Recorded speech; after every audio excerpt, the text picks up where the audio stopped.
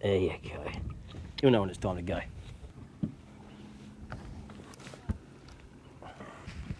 Now, mate, if anyone's responsible for the boom in lure fishing for bream, it's got to be you with the bream tournaments. And oh, mine!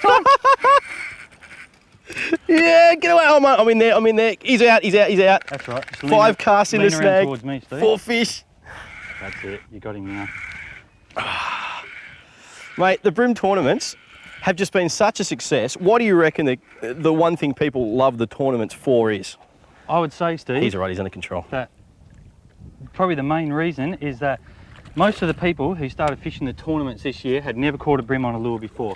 And the amount you learn in an hour fishing with someone like Jeff Spadassini or someone like that, you can gin around for 2 years on your own, or you can go in a bream tournament. Well, that's a great thing because the guys in these tournaments and the girls, they actually share information with each other. So at the end of the day, you'll all get together, what lure caught, what lure didn't catch, and which lure this year worked better than anything else. Probably soft plastics, the Charlie Brewer slider grubs, probably caught more fish.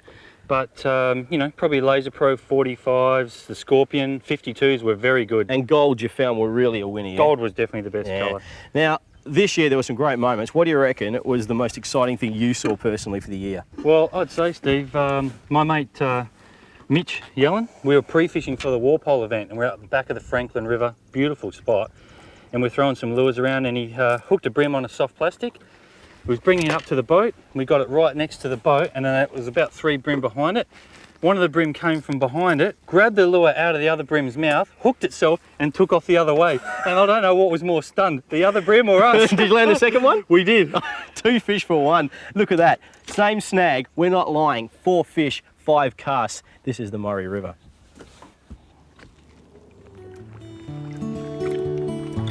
He's gone. From a southern river, we now work our way north to a different kind of system. Oyster Creek in Carnarvon, some 900 kilometres from Perth. Fresh from knocking out my tooth while fishing for Taylor in a huge swell off Kalbarri, I thought it'd be safer to take the small boat today with the bream guys and compare the north inlets to the south.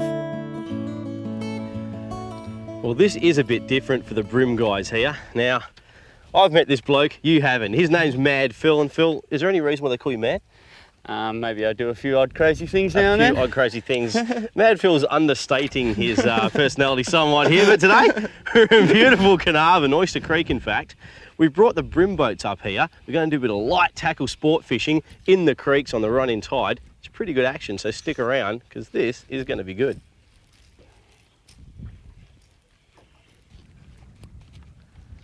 Well, interestingly enough, we're using our bream gear here in the creeks as well. 4 kilo fire line, long 10-pound coated leaders, and the River to Sea, River to Sea sheds. They're awesome little rattling lures. You can hear that rattle, it's fantastic. It wobbles along in the sand, puffs it up, and fish grab it. And there's bream here too, but a lot more beside, so let's have a go. Once again, even on the flats, you're looking for any structure the fish might hang around, like this dead tree. Yes. Here we go. What's this? Just off that little snag that you can see. And I reckon this could be a bream, you know. Going like one. Or no, it's a Trevor. No, it's a bream. Western yellowfin bream. Really good start. Have a look at that. Right off that snag, work the structure on the incoming tides. That's the go. It's not a huge one, but a pretty fish. I'll just get the sharps out of him and I'll have a good look. Check that out. Western yellowfin bream. Beautiful tail. Fantastic. We'll pop him back because I've got a lot bigger than that. See ya. Tap, tap, tap, tap. Come on. Hit it, hit it, hit it, hit it. Got him. Got him. Ooh, what's this? What's this? There's lots of little fish just coming in here. What are you? Oh, that's another bream. Have a look at that in the water. Look at him fighting, using the side of his body in that sun. Very powerful fish. You can see how they fight sideways on you. That's fantastic. Very different looking fish to the black bream you'd see in the Swan River. Ooh, sharp hooks, sharp hooks. Here you go. You see I've grabbed that fish just there and I folded his fins back. That means he can't get me while I get the hooks out.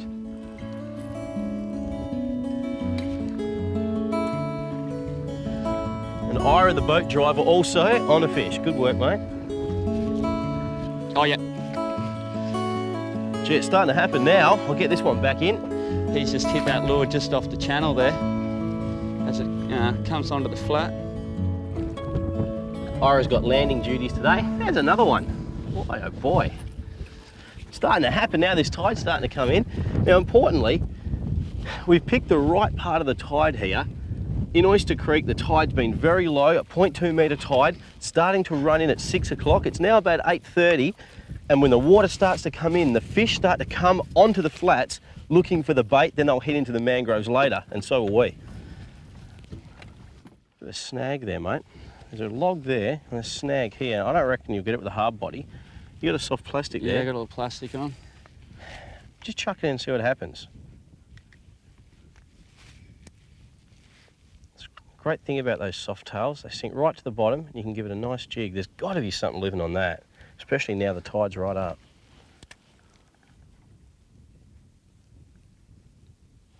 Oh yeah, getting a couple of touches there. I'll just drop it back down. Oh yeah, got it. Can't see it, really. Oh, is that a flatty? Yeah, I think so. It's got a few head shakes. Oh yeah, I can see it there right now. Oh, look at that. Nice flatty too. Not a bad little bar tail there.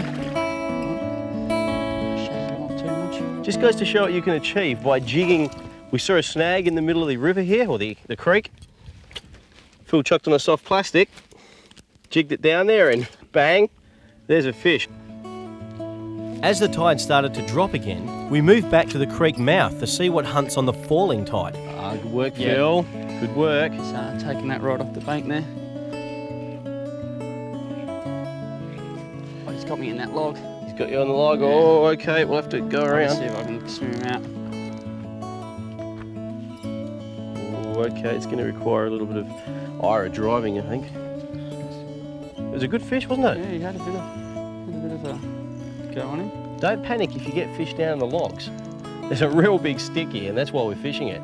The fish has gone in there. Now we're just going to get around it and see if we can't extract him. A lot of times they'll come out. Although, They're not stupid. he just bailed me right under there. Give my reel. Oh, he's still on. He's still on. Yeah, Look I at got that. Look at that. He's caught in the. I got my hook caught in the arm. Oh, there he is. Excellent stuff. It's a cod. No wonder he was going for cover. There we go.